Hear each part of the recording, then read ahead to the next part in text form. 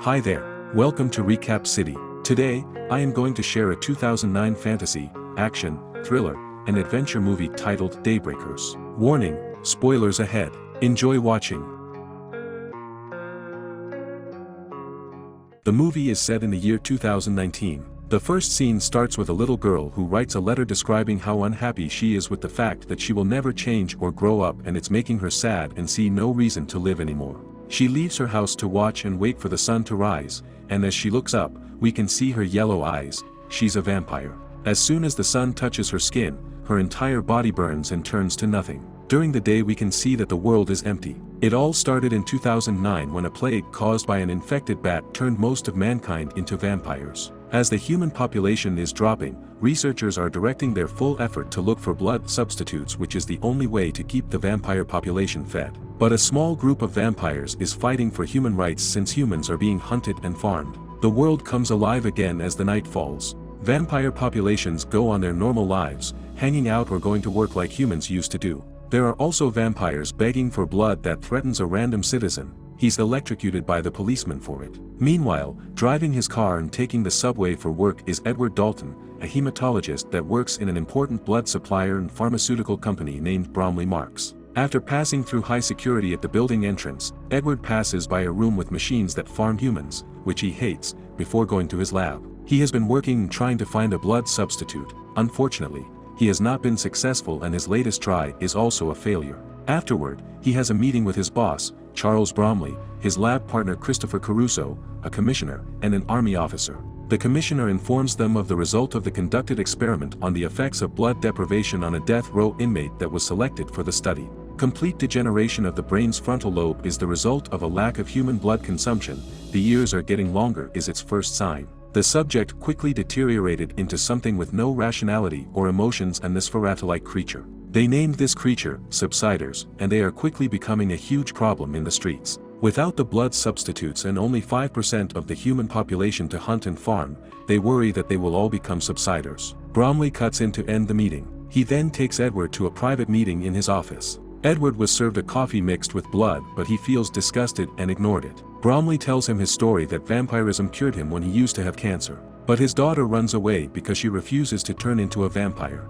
He urged Edward to begin the testing as soon as possible. He is aware that Edward is against hunting and farming humans, and so does he, and finding a blood substitute is the only way to save the human race. Edward goes to his lab and discusses this with Christopher, who after some hesitation, he points out the substitute is working on a monkey, so it's time to move beyond animal testing. Moments later, the researchers begin the test while Bromley and some officers watch through a window. Edward slowly injects the blood substitute into the volunteer's body, who at first feels fine, but once the whole dose is in, he pukes and starts convulsing as nasty blisters appear all over his body. The researchers immediately move to hold him down and inject him with Epimone, which does stop his shaking and makes the blisters disappear, but a second later, his whole body explodes. Later that night, Edward leaves the office and drives home. He's watching the news in his car, which talks about riots related to blood rationing schemes. When he notices something wrong while scratching his ear, he opens his camera mirror and checks. His ears are starting to grow long. This distraction causes him not to see a car coming from the opposite direction. He manages to dodge at the last second and stop his vehicle, but the other car crashes against a fence. Edward comes out to help and takes an arrow to the arm. The people getting out of the other car are humans, and their leader, Audrey Bennett, has a crossbow to defend themselves from vampires. Suddenly, police cars can be heard approaching them, so Edward swears he just wants to help and asks the humans to get in his car, which they accept after some hesitation. Edward activates the car's daytime protection driving mode, which turns all the windows black, then takes out the arrow from his arm as the police arrive. While he lies to them and tells them which direction the humans ran to, Audrey finds Edward's ID badge and learns his occupation. After the police are gone, the humans get out of the car and Audrey wishes Edward a happy birthday as they all leave. Moments later, Edward is arriving home, where a community announcement is warning everyone of the oncoming sunrise. Once he makes it to his house, he has dinner and starts taking care of his plants when he suddenly receives a visit from his brother Frankie Dalton, who he hasn't seen in months because he joined the army. Frankie comments on the lack of a birthday party, to which Edward replies that he's turned 35 10 times already, but Frankie doesn't care. He thinks they must celebrate, and for that, he's brought an expensive bottle of 100% pure human blood. He pours 2 glasses as he teases his brother for drinking pig blood, but Edward turns it down. This enrages Frankie, who starts an old argument of theirs. Edward doesn't touch human blood but still works for a company that farms people, which he sees as a necessary evil to be able to find the substitute, yet he also looks down on Frankie for hunting humans for the army.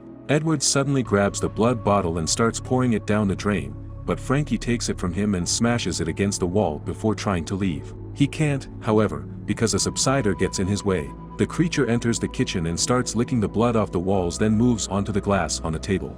Frankie grabs a knife from the holder, which startles the subsider and makes it push him against the wall. He falls on a glass table and loses consciousness for a few seconds. The subsider moves towards Edward next, and he keeps it at bay with a stool while calling out his brother's name. Frankie wakes up and retrieves the knife. Together the brothers try to attack the subsider, but it jumps away to hang from the ceiling. This allows Frankie to slash it a few times before decapitating it. Moments later, the police arrive to take the case, commenting on the fact the subsiders are in the suburbs now. One of the officers finds a ring on the creature, which makes Edward realize it was the local gardener. She also finds self-inflicted wounds. Feeding on themselves speeds up the mutation. The next morning, Edward is woken up by a security alert. He goes to check, and when he turns the lights on, he finds Audrey pointing a crossbow at him. She tells him they've been looking for vampires they can trust and that they need his help to find another way besides the substitute. She also gives him a sheet of paper with a map on it. Edward is suddenly distracted by a noise and turns around, allowing Audrey to silently leave. When he checks on the noise, it turns out to be Frankie, who asks Edward about the woman. Edward replies it's nothing. Later at night, the news shows investors are pulling their human supplies from Bromley's. Edward goes to work and meets with his boss to ask for a guarantee that the substitute would replace the need for human supply. Bromley replies that the majority of the population will be happy with it, but a small sector will always demand the real thing. Edward reminds him that would include Bromley's daughter before going back to his lab to stare at the map. When morning comes, Edward doesn't return home. He puts up the light protection on the car and follows the map into the countryside, where Audrey is already waiting for him and tells him to approach a big tree. He parks under the shadow of that tree and, after putting on a hat and sunglasses, he leaves the car.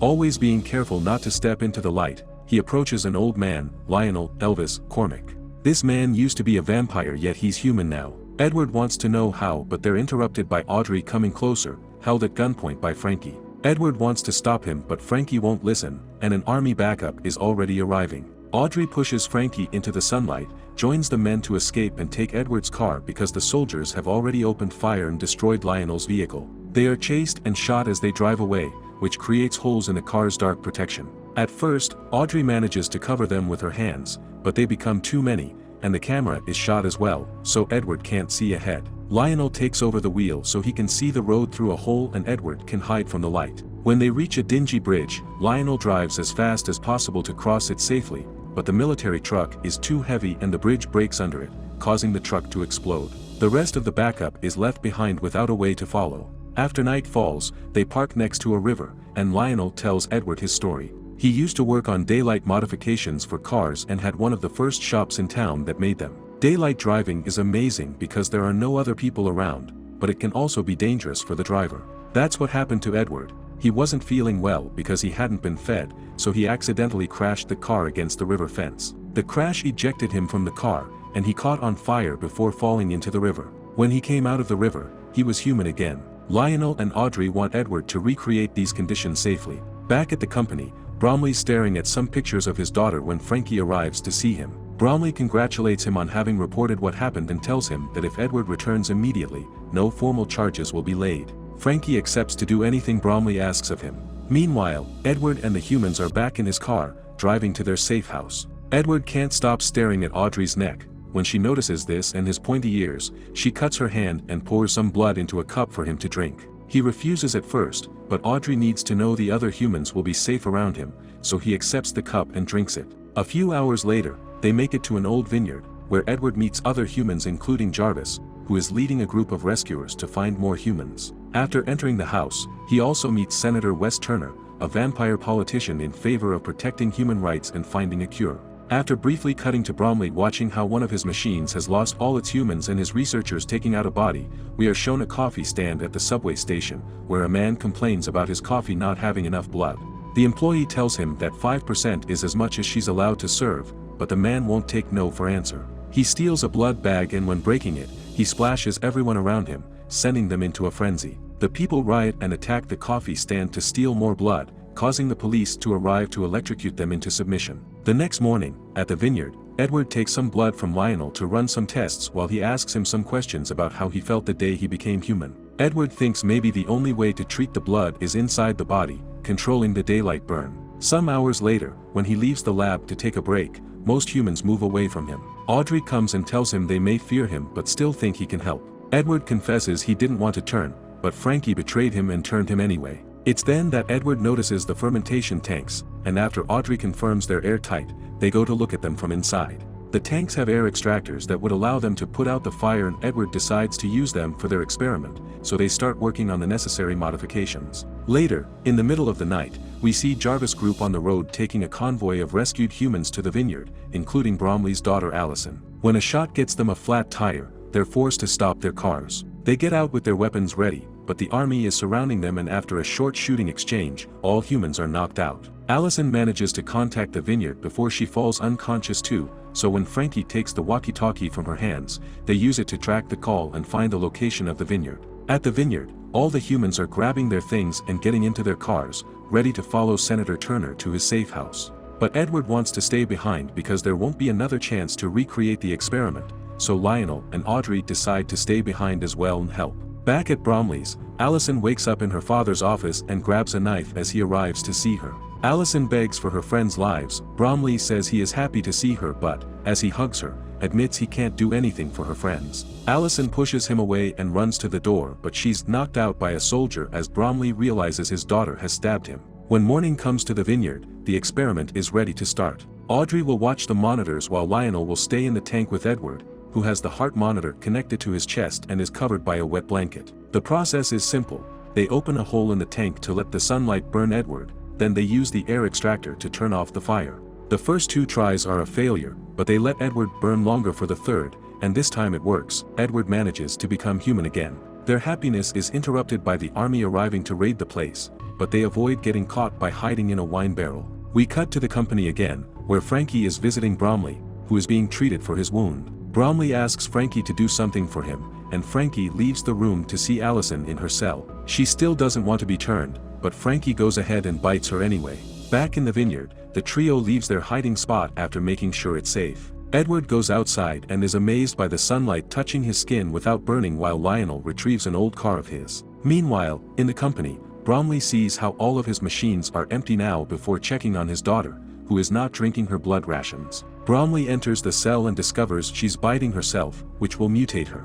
She attacks her dad and blames him for everything before she's taken away. After the military imposes martial law so they can freely fight the subsiders on the streets, we cut to Edward, Audrey, and Lionel, who are arriving at Tuner's cabin, only to find all the humans dead. Audrey is starting to lose hope, but Edward says he knows someone that can help. After briefly cutting to Christopher achieving a breakout at the lab, we're shown how the military is dragging the subsiders out in the sunlight for execution. Allison is among them, and watching her die makes Frankie reconsider his position. Later at night, Christopher returns to his house, where he finds the trio waiting for him. Edward tells him he has a cure, which is better than a substitute, and asks for his help to recreate the experiment. Their talk is interrupted by the phone ringing, so Christopher leaves the room to take the call. When he takes too long to come back, they get suspicious, so Audrey goes after him while Edward and Lionel check his coat. Turns out Christopher has left his cell phone open on a call all this time, and now everyone at the company knows where they are.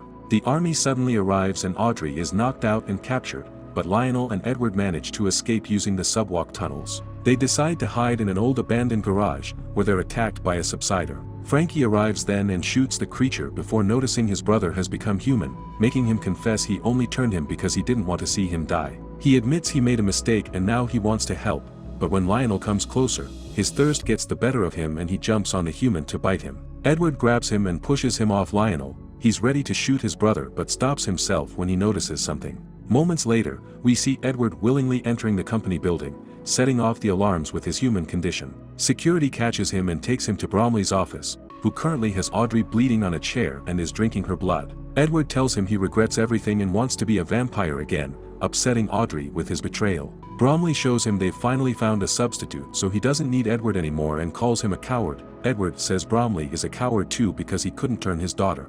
Furious, Bromley bites Edward, but Edward doesn't mind. This has been his plan all along. Bromley starts transforming into a human and, as Edward remembers how Frankie turned as well, he explains drinking treated vampire blood is the cure. Bromley presses an alarm to call for security, and we cut to see a bunch of army trucks arriving at the parking lot. When the soldiers leave their vehicles and approach the elevator, the doors open to reveal Bromley tied to a chair, causing the vampires to go into a frenzy and feed on him. Meanwhile, Audrey and Edward, now armed with weapons he's found around, go downstairs and are about to leave the building when more soldiers arrive to block their way. The glass doors suddenly shatter when Frankie drives Lionel's car inside, hitting all the soldiers to save his brother. But backup immediately arrives and now they're surrounded. Frankie tells Edward to go before sacrificing himself, allowing all the soldiers to jump on him and eat him. Edward doesn't have time to grieve his death because a security guard has taken Audrey and he must rescue her. He follows them to the security room, where after some struggle, Edward manages to kill 2 vampire guards and helps Audrey kill the third. Then they watch on the security cameras how the soldiers that fed on Frankie became human, and the other vampire soldiers are now attacking them as well. A feeding massacre occurs, and by the time Edward and Audrey come back to the lobby, only a handful of human soldiers are left standing. Christopher shows up then and shoots a couple of soldiers, claiming there can't be a cure. He's about to shoot them too when an arrow hits his chest and kills him. It came from Lionel, who's arrived to help. Audrey hugs him, while Edward watches his brother's body as the light of the rising sun slowly makes its way inside. The trio gets to Lionel's car and leave, while Edward tells us that now they have the cure, it's not too late to change everyone back and save humankind. Help us grow this channel. Subscribe for more videos every day, turn on notifications and leave a like and a comment. Thank you for watching. See you at the next one.